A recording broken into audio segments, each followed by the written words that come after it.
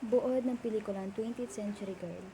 Ang pelikulang 20th Century Girl ay isang Korean coming-of-age romantic drama na umiikot sa buhay ni Bura, isang 17 years old na estudyante noong taong 1999.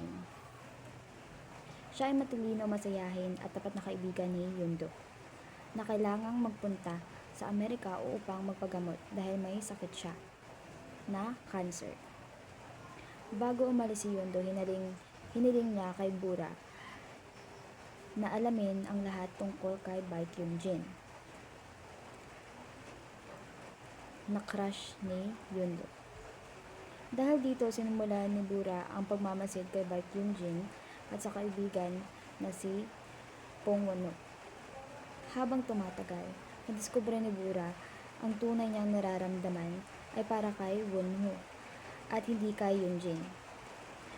Nabuo ang pagitan nila sa isang matamis, ngunit maikwing pagkakaibigan.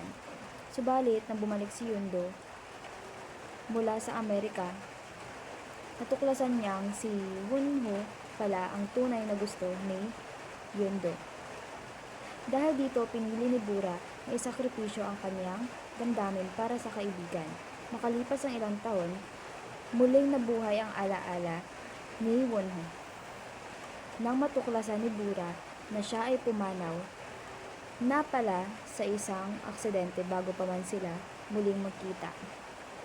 Ang pelikulang ito ay magpapakita sa kabataan ng pag-ibig, pagkakaibigan at mga unang sakit ng damdamin.